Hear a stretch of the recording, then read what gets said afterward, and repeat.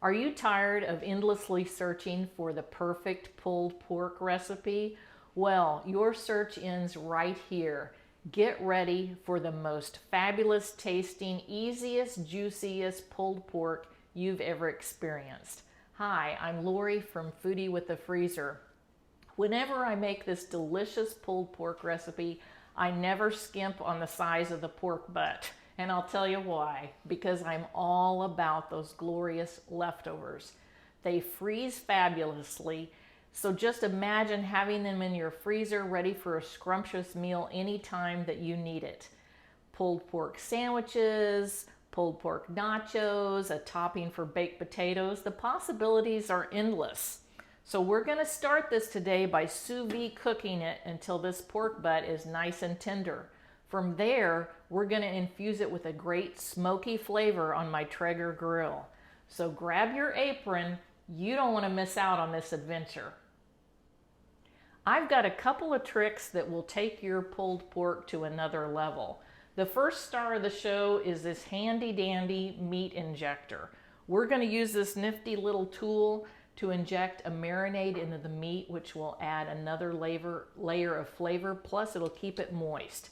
The second star is sous vide cooking.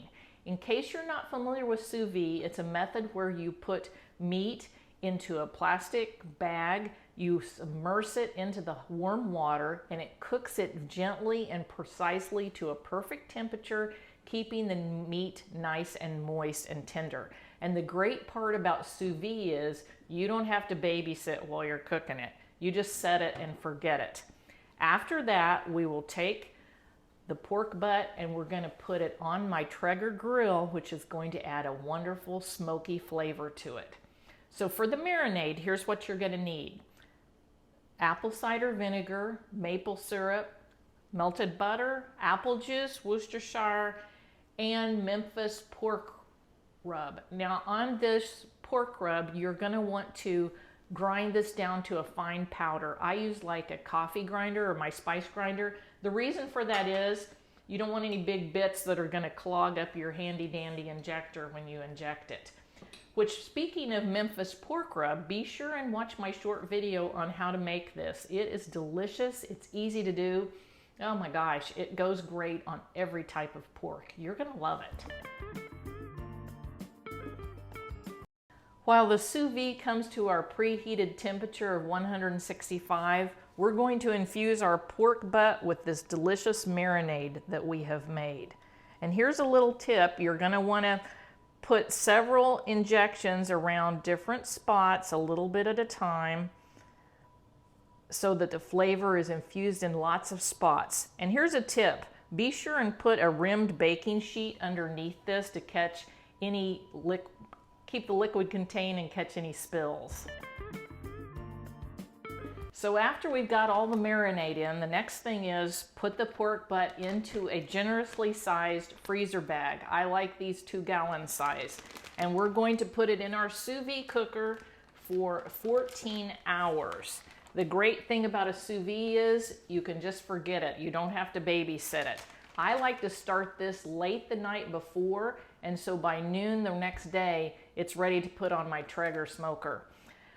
The great thing about it is it's so easy. You can set it and forget it, and you can still get a good night of sleep. Well, 14 hours has passed. Sous vide has done its magic, and here is our fully cooked pork butt. I know it doesn't look that great right now, but once we put it on the grill, it's going to look and taste delicious. Prepare your pellet grill or smoker by preheating it to 190 or 225 degrees. Now, while that is preheating, you will remove your pork butt from the plastic bag that you cooked it in the sous vide. Be conscious of the fact this is fully cooked, so it's very tender and it's kind of tricky getting it out whole. So do your best to try to get it out whole. Also, you're going to want to save the juices that came out of it. Once you have it in your disposable aluminum pan, we are going to generously sprinkle all sides, every nook and cranny, with our Memphis seasoning rub. Now, I know yesterday we ground some of this down when we used it in our injection. No need to do that now. Use it in this original spot, and you're going to want to get every bit of this. Be generous with it. Once you've done that, you're going to want to have the fat cap on the top. The fat cap, you can't see it that great now, but there's a solid piece of fat running across the top. You want that on the top because as we smoke this, it's going to render that fat down through the pork, adding moisture and delicious flavor to it. So be sure and do that. In the drippings that you saved, now pour about 1/4 of an inch into the bottom of your pan. Don't pour it over the meat itself because we don't want it to get rid of our seasonings. But save the remainder of these drippings in your refrigerator because once we've smoked this, you may want to add a little bit to it to make it a little more moist just in case.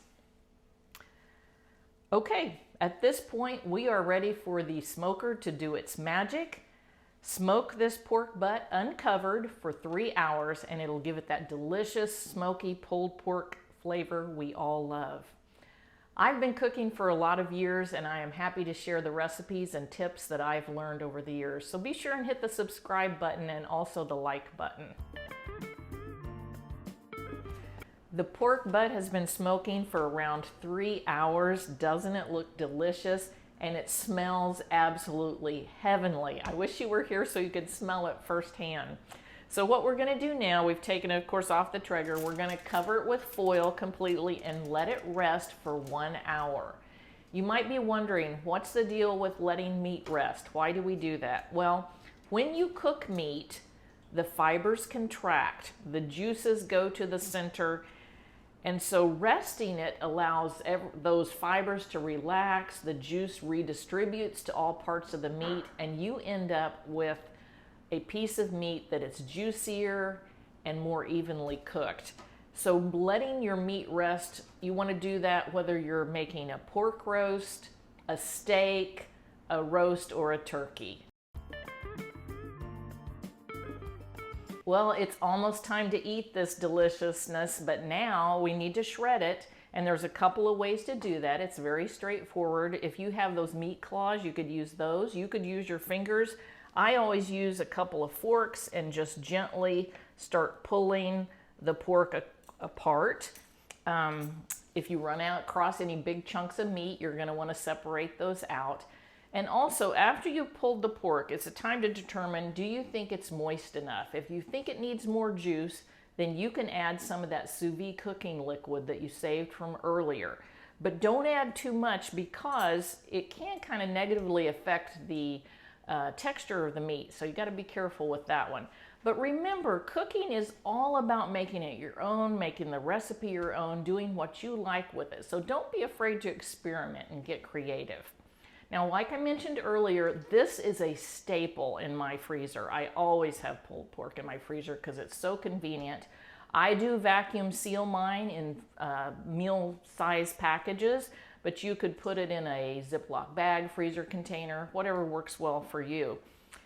Oh my goodness, this smells so delicious, and it's going to taste even better tonight. My husband and I are eating this on pulled pork nachos. I cannot wait. Tell me how you like to eat pulled pork, other than a sandwich. Let me know in the comments. I'd be interested in knowing. Thanks for joining today, and we'll see you next time.